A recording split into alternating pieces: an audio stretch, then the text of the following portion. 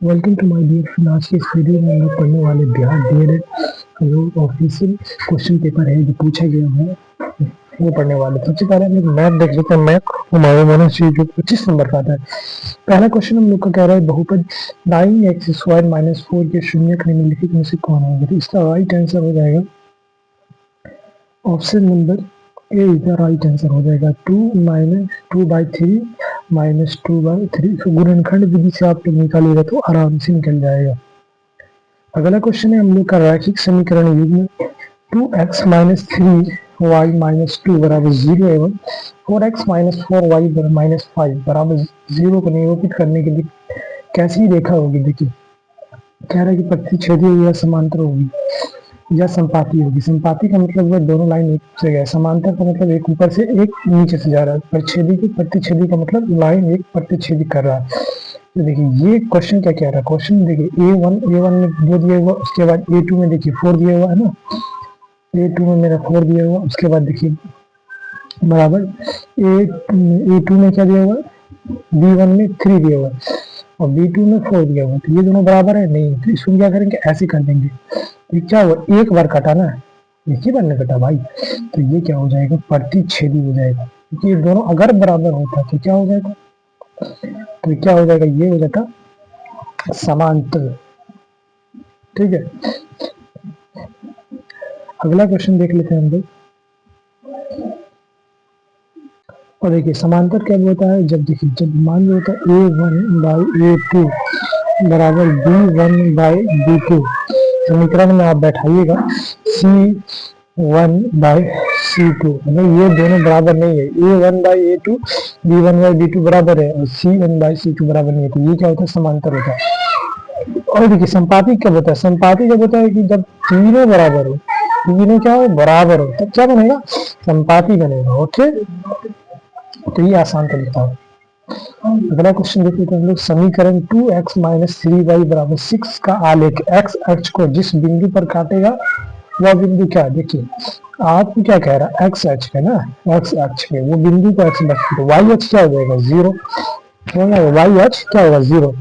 तो पहला वाला x और दूसरा y, देखिए यहाँ पहला x होता है दूसरा y, तो देखिए y आपका 0 है यहाँ पे बता रहा है, या तो d होगा या तो d होगा, a नहीं होगा और c भी नहीं होगा। तो हम लोग बैठाते हैं, देखिए 2x हो जाएगा माइनस 3 को 0 से गुना कीजिए क्योंकि y का मान 0 है, तो क्या हो जाएगा 0 हो जाएगा। 2x बराबर क्या हो जाएगा 6, तो x बराबर हो जाएगा, ये गुना में इधर आएगा तो भाग में, तो ये हो जाएगा 2 3 6 3 आ जाएगा। तो ऑप्शन नंबर डी हो गया राइट आंसर। ठीक है, अगला क्वेश्चन देख लेते हैं। यदि व्यंजन 4x - 3y का भुज, क्या बोल रहा है भुज मतलब x प्रथम 5 प्राकृतिक संख्याओं का माध्य। तो अगला क्वेश्चन है मेरा, यदि व्यंजन 4x - 3y का भुज प्रथम 5 प्राकृतिक संख्याओं का माध्य, क्या बोल रहा है प्रथम भुज जो है वो प्रथम 5 प्राकृतिक संख्याओं का माध्य। प्राकृतिक संख्या कितना शुरू होता है, एक से, एक हो गया, 2 हो गया, 3 हो गया, 4 हो गया। अब बोल रहा माध्य, तो माध्य कैसे निकलता है, सबको जोड़ दीजिए, जितना नंबर उससे भाग दे दीजिए। ठीक है, तो देखिए 5 4 कितना हो गया 9 और 9 3 12, 12 2 14 1 15, कितना संख्या है 5 है ना, तो 5 से भाग देना तो 15 और 12 5, तो कितना आ गया आपका 3 आ गया, मतलब भुज कितना आ गया 3। बात समझ में। अब हम लोग कोटि निकालेंगे, तो क्या बोल रहा है यदि व्यंजन 4x - 3y का भुज प्रथम 5 प्राकृतिक संख्याओं का माध्य तथा कोटि प्रथम 5 पूर्ण संख्याओं की माध्यिका हो तो दिए गए व्यंजन का हल करने पर प्राप्त है। अब देखिए क्या बोल रहा है कि जो कोटि है वो प्रथम 5 पूर्ण संख्याओं का माध्यिका है। तो पूर्ण संख्या कितना शुरू होता है 0 से शुरू होता है, ये याद रखिएगा, 1 से नहीं शुरू होता है 0 से, क्योंकि 0 भी पूर्ण संख्या है ना, पूर्ण का मतलब पूरा। 1 2 3 4, देखिए 5 संख्या हो गया। अब क्या करना है इसको, देखिए 2 इधर से छाड़ दीजिए और 2 इधर से, बीच में क्या आया 2 आ गया है ना, तो ये इसका क्या हो जाएगा, ये इसका हो जाएगा कोटि। बोल रहा है ना प्रथम 5 पूर्ण संख्याओं की माध्यिका, तो दिए गए व्यंजन का हल कीजिए। अब देखिए आपको वैल्यू बैठाना 4, हमारा जो भुज का वैल्यू आया था 3 आया था 4, उसके बाद देखिए 3 इंटू अभी मेरा जो वैल्यू आया है माध्यिका वो 2 आया है, तो 4 पे कितना होता है 12, 12 माइनस 3 गुना 6, 12 में 6 कितना हो गया 6। ओके 6 तो मेरा राइट आंसर हो जाएगा। देखिए कहाँ है 6, ये ऑप्शन नंबर बी है। तो अगला क्वेश्चन देख लेते हैं हम लोग। ये 21 छात्रों का माध्य बार 21 केजी हो तो उन्हें तो तथा उसमें यहाँ कुछ टाइपिंग ईयर हो गया तथा उसमें यहाँ ऊ लिखाना चाहिए। तो उसमें से 21 केजी भार वाले छात्रों को हटा दिया जाए तो उस छात्र को हटाने से बने समूह का माध्य बार क्या होगा। देखिए क्वेश्चन बोल रहा है कि हम 21 केजी 21 छात्र है, 21 केजी वाला हटा दिए, मतलब सब तो सेम, ये तो रहेगा क्या है किसी ना होगा भाई। तो 21 केजी ही होगा यहाँ पे। अगर क्वेश्चन अलग होता मतलब 21 छात्रों का माध्य बार 20 केजी है ऐसे रहता तो गुना भाग करना होता, तो इसका राइट आंसर हो जाएगा option number B is the right answer.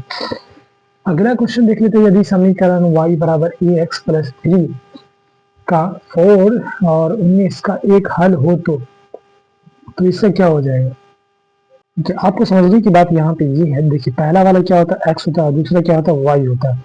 तो ये x हो गया, ये y हो गया। देखिए यहाँ पे x दिया हुआ, x का मान यहाँ बैठा दीजिए, y का मान कितना दिया हुआ 19, पहला में y है ना भाई, तो 19 हो जाएगा। a कांस्टेंट हो गया यहाँ पे, और देखिए x है ना यहाँ पे, x का मान तो दिया हुआ मेरा, कितना दिया हुआ 4 दिया हुआ, तो a इंटू 4 हो जाएगा, प्लस कितना हो जाएगा +3 हो जाएगा। अब देखिए ये प्लस है तो इनमें कहा आ जाएगा माइनस में हो जाएगा, तो 19 में से 3 जाएगा कितना हो जाएगा 16 बचेगा, 16 बचेगा ना भाई। a इंटू 4, ये देखिए गुना में तो इधर आएगा तो क्या हो जाएगा भाग में हो जाएगा, तो 4 को इधर भेजेंगे, a बराबर हो जाएगा 4 चौके 16, 4 आंसर हो जाएगा। तो option number B is the right answer. Question को समझने है, बस समझना है आपको, आराम से बनेगा सब। अगला क्वेश्चन देख लेते हैं। यदि एक पंखे का सूचीकरण सूची मूल्य 1500 है तो और सूची मूल्य पर 20 रुपए का बट्टा दिया जाए, अब किसी ग्राहक को कितना अतिरिक्त बट्टा दिया जाए कि उसकी शुद्ध मूल्य 1104 हो जाए। तो देखिए तो इसका राइट आंसर हो जाएगा ऑप्शन नंबर डी हो जाएगा। 8% और दीजिएगा ना तो राइट इसका हो जाएगा मूल्य 1104। अगला क्वेश्चन देख लेते हैं। एक कुकिंग चूल्हा 520 रुपए के तुरंत भुगतान तथा 520 रुपए की प्रतिमाह 4 किस्तों में उपलब्ध है, तो यदि ब्याज की दर 25% हो तो चूल्हे का नगद मूल्य कितना हो जाए। तो इसका राइट आंसर हो जाएगा ऑप्शन नंबर सी 2500 चूल्हे का दाम हो जाएगा। देखिए मेरा क्वेश्चन क्या कर रहा है, बिंदु A4, 5 और B6, 5 बिंदुओं को मिलाने वाली रेखा का मध्य बिंदु क्या होगा। आपको बोल रहा है कि मध्य बिंदु निकालना है, क्या निकालना है आपको मध्य बिंदु निकालना है यहाँ पे। जैसे कि ए देखिए यहाँ पे है, ए हो गया और ये हो गया बी, क्या हो गया बी हो गया। तो ए कितना दिया हुआ 4 और 5 दिया हुआ, और बी दिया हुआ 6 और 5 दिया हुआ। तो देखिए आपको निकालना है मध्य बिंदु। मध्य बिंदु निकालने का फॉर्मूला होता है x2 प्लस x1 है ना, और हो जाएगा 2। तो x2 कितना दिया हुआ 6 और x1 4, 6 और 4 कितना दिया 10 हो जाएगा, 10 भागा 2 से देना है, ठीक है।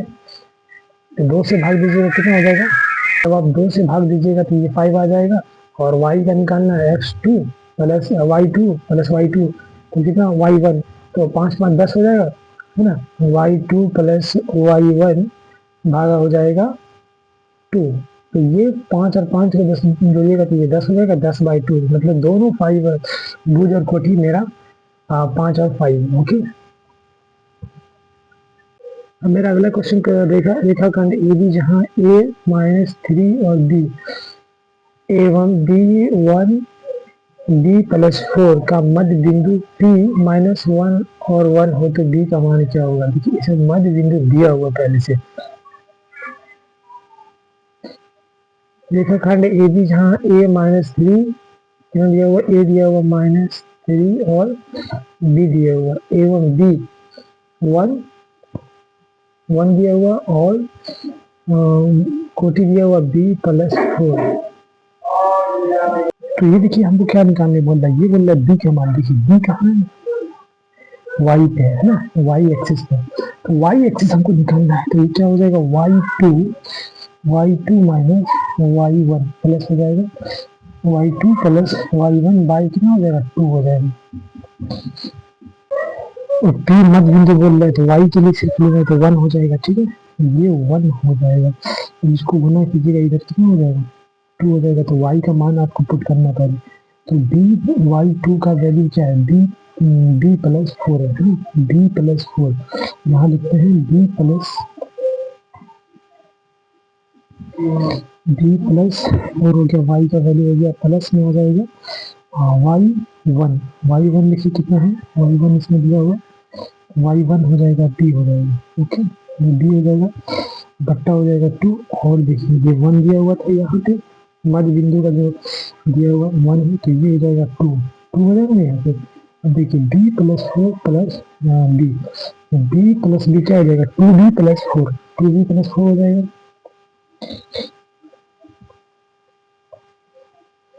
यहाँ हो जाएगा मेरा 2b प्लस 4 बराबर 2। अब देखिए 4 को उधर ले जाएंगे तो क्या हो जाएगा माइनस में हो जाएगा, माइनस में हो जाएगा ना तो ये हो जाएगा माइनस में 4 माइनस 4 और देखिए 2 जो था मेरा वो -4 हो जाएगा, -4 में से घटाएंगे तो क्या हो जाएगा -2 आ जाएगा, -2 यहाँ आ गया ना।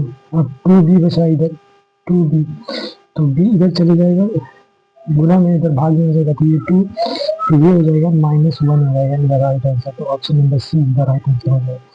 अगला क्वेश्चन देखते हैं कि किसी पृष्ठ के किनारे होते हैं तो क्या हो जाएगा। देखिए किसी पृष्ठ है बताते हैं आपको, देखिए कोई पृष्ठ है ऐसे ही होता है पृष्ठ, इसी किनारे पे क्या हो जाएगा रेखा ही हो जाएगा ना, ये हो जाएगा रेखा। अगला क्वेश्चन देख लेते हैं इस वृत्त का व्यास क्या होगा जिसका क्षेत्रफल 24 सेंटीमीटर तथा 7 सेंटीमीटर त्रिज्या वाले दो वृत्त का क्षेत्रफल के बराबर हो। तो देखिए वृत्त का क्षेत्रफल क्या होता है पाई आर स्क्वायर होता है क्या ना, पाई आर स्क्वायर प्लस छोटा कितना हो जाएगा पाई आर स्क्वायर। तो कॉमन ले लेंगे तो क्या हो जाएगा पाई आर स्क्वायर हो जाएगा, पाई कॉमन ले लीजिए बाहर बराबर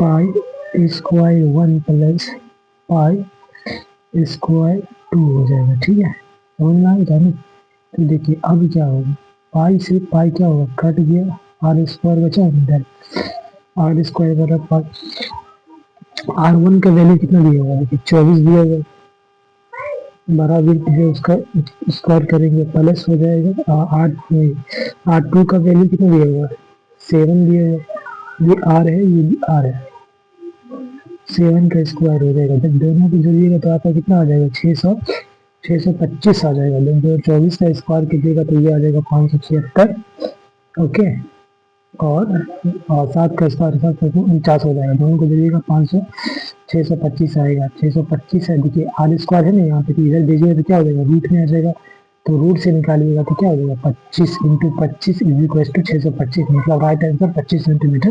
देखिए ये मैंसुरेशन का क्वेश्चन आसान है, पहले आप समझिएगा इसे तब आपसे बनेगा। जैसे कि देखिए ये गोला है ये ना दिया व्यास, इस वृत्त है ना वृत्त का व्यास क्या होगा जिसका क्षेत्रफल क्या होता है वृत्त का पाई आर स्क्वायर और परिधि क्या होता है 2 पाई आर। ये छोटी छोटी बातें हैं जो आप समझिएगा तभी आप क्वेश्चन को सॉल्व कर सकते हैं। अगला क्वेश्चन देखिए तो निम्नलिखित चित्र के अनुसार x बराबर क्या होगा। देखिए ये इसमें क्या करना है आपको, ये भी आसान क्वेश्चन है 4 दिया हुआ 2 दिया हुआ। देखिए 4 2 तीनों को जोड़ दीजिएगा फिर रूट में कितना कौन होता है 180 डिग्री होता है तो 4 2 6 6 3 9 आता ना, तो ये हो जाएगा 9 बराबर 180 डिग्री। अब देखिए x गुना में है ना तो इधर भेजिए कितना हो जाएगा 9 इधर आ चले जाएगा भाग में, तो 9 से 2 बार में काटिएगा 9 × 18 0 का 0 तो 20 बचेगा ना तो 20 हो जाएगा तो आगे 20 डिग्री हो जाएगा। तो हाँ तो option number B is the right answer हो जाएगा। अगला क्वेश्चन देख लेते हैं 1 लीटर कितने घन सेंटीमीटर के बराबर होता है। तो इसका राइट आंसर हो जाएगा 1000 घन सेंटीमीटर हो जाएगा। ठीक है 1000 घन सेंटीमीटर। अगला क्वेश्चन देखिए तो वर्ग का क्षेत्रफल, वर्ग पूछ रहा है, वर्ग समझ रहे हैं वर्ग का क्षेत्रफल, वर्ग ये वर्ग होता है जो तक लंबाई ऊंचाई और चौड़ाई सब बराबर होता है दैट मीन्स वर्ग हो गया। ये देखिए इस तरह का होता है वर्ग चारों तरफ बराबर होती है ए इंटू ए होता है, दोनों तरफ से सब तरफ से बराबर ही होता है। कह रहा वर्ग का क्षेत्रफल जो 8 सेंटीमीटर त्रिज्या के एक वृत्त में अंकित किया जाए तो उसका क्षेत्रफल क्या होगा। देखिए क्या बोल रहा है आपको, 8 सेंटीमीटर त्रिज्या। देखिए इसको कैसे निकालना, वर्ग का क्षेत्रफल जो 8 सेंटीमीटर त्रिज्या के एक वृत्त में अंकित किया जाए। 8 सेंटीमीटर त्रिज्या का एक वृत्त हो गया, ठीक है, ये वृत्त हो गया 8 सेंटीमीटर त्रिज्या का। इसमें एक वर्ग रखना है आपको, लंबाई ऊंचाई चौड़ाई सब क्या होता है, बराबर होता है, बराबर है। तो देखिए यहाँ से विकर्ण निकालना वर्ग का, देखिए एक त्रिज्या दो त्रिज्या हो गया, इसका क्या होगा, गोला का त्रिज्या निकल गया ना, एक त्रिज्या और ये दूसरा त्रिज्या हो गया, तो ये क्या हो जाएगा, ये हो जाएगा आपका 2r, दो त्रिज्या के बराबर है ना विकर्ण इसका। तो देखिए 2r देखिए कितना दिया हुआ है, 8 सेंटीमीटर इसका त्रिज्या दिया हुआ, 8 में 16 हो जाएगा, कितना हो जाएगा, 16 हो जाएगा इसका विकर्ण। तो अब बोल रहा है इसका क्षेत्रफल निकालना, ठीक है।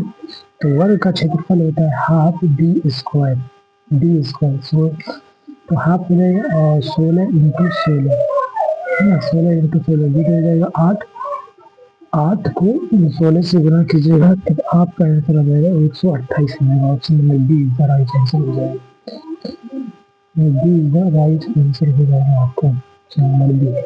अगला क्वेश्चन देख लेते हैं हम लोग, त्रिज्या 6 सेंटीमीटर है, ऊंचाई कितना 10 सेंटीमीटर, त्रिज्या 6 सेंटीमीटर ऊंचाई 10 सेंटीमीटर की एक बेलनाकार बोतल से तरल को खाली करने के लिए त्रिज्या 2 सेंटीमीटर और ऊंचाई 3.6 सेंटीमीटर की शंक्वाकार बोतलों की संख्या कितना होगा। देखिए इसमें सबसे पहले आपको क्या करना है, ऊपर लिखना है आपको बेलन का आयतन, बेलन का आयतन लिखना है आपको, और नीचे लिखना है आपको शंक्वाकार, मतलब शंकु का आयतन लिखना है। बेलन का आयतन क्या होता है, पाई आर स्क्वायर एच होता है, ठीक है। और नीचे आपको क्या लिखना है, नीचे लिखना है आपको शंकु का आयतन लिखना है। तो ये क्या हो जाएगा 1/3 पाई आर स्क्वायर एच। अब देखिए पाई से पाई क्या होगा, काटे जाएगा, कट जाएगा ना, ये 3 कहाँ चले जाएगा, ऊपर चले जाएगा, तो ऊपर क्या हो जाएगा आर स्क्वायर एच इंटू 3 हो जाएगा ना, नीचे हो जाएगा आपका आर स्क्वायर एच, नहीं हो जाएगा।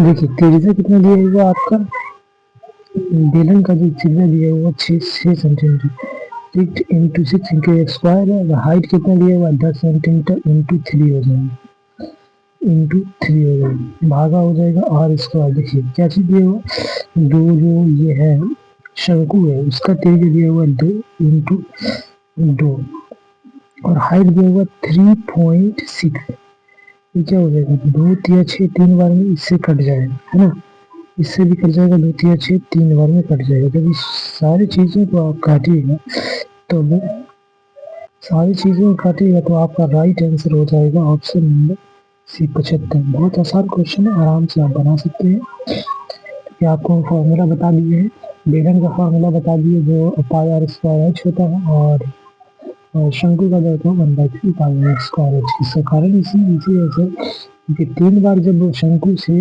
बेलन में पानी डालते हैं तो वो भरता है, क्योंकि हाइट सेम होता है, जब हाइट सेम होता है तभी 1/3 पाई आर स्क्वायर एच होता है। ओके, अगला क्वेश्चन देख लेते हैं। यदि विकर्ण का माध्य 6 हो तो निम्न सारणी का अज्ञात बारंबारता क्या ज्ञात कीजिए। तो इसके देखिए अब भी अज्ञात बारंबारता हमको बोलना ज्ञात करने, तो इसका राइट आंसर हो जाएगा ऑप्शन नंबर बी हो जाएगा, ठीक है। अगला क्वेश्चन देख लेते हैं हम लोग, निम्न सारणी का माध्य ज्ञात कीजिए। देखिए माध्य आपसे पूछ रहा तो इसका राइट आंसर हो जाएगा आपका 6 हो जाएगा। बहुत आसान है, थोड़ा सा लंबा होने का इसीलिए मैं यहाँ पे नहीं बना रहा। अगला क्वेश्चन के प्रथम अनिविषम प्राकृतिक संख्या का माध्य क्या होगा, तो इसका माध्य हो जाएगा एन स्क्वायर हो जाएगा। अब देखिए अगला क्वेश्चन देख लेते हैं, यदि a प्लस बी प्लस सी बराबर 45 डिग्री है तो sigma tan a plus tan a into tan b का मान क्या हो जाएगा। ये भी बहुत आसान क्वेश्चन है, और तो इसका राइट आंसर हो जाएगा, इसका राइट आंसर हो जाएगा option number C is the right answer हो जाएगा। अगला क्वेश्चन देख लेते हैं, sec A plus tan a 1 minus sine A का मान क्या हो जाएगा। तो इसका मान हो जाएगा वो cos a हो जाएगा, ठीक है, cos a option number D is the right answer हो जाएगा। अगला क्वेश्चन देख लेते हैं हम लोग, यदि 1 plus tan theta 1 minus tan theta बराबर √3 हो, तो थीटा का मान क्या होगा? तो देखिए थीटा का मान होगा 85 डिग्री होगा, 15 डिग्री होगा। Option number C is the right answer. तो मिलते हैं आप लोगों को दूसरे क्लास में। ये मैथ कीजिए और अब साइंस और जो भी सोशल साइंस है और इंग्लिश और रीजनिंग का एक साथ मिलेगा आपकी क्लास। Thank you.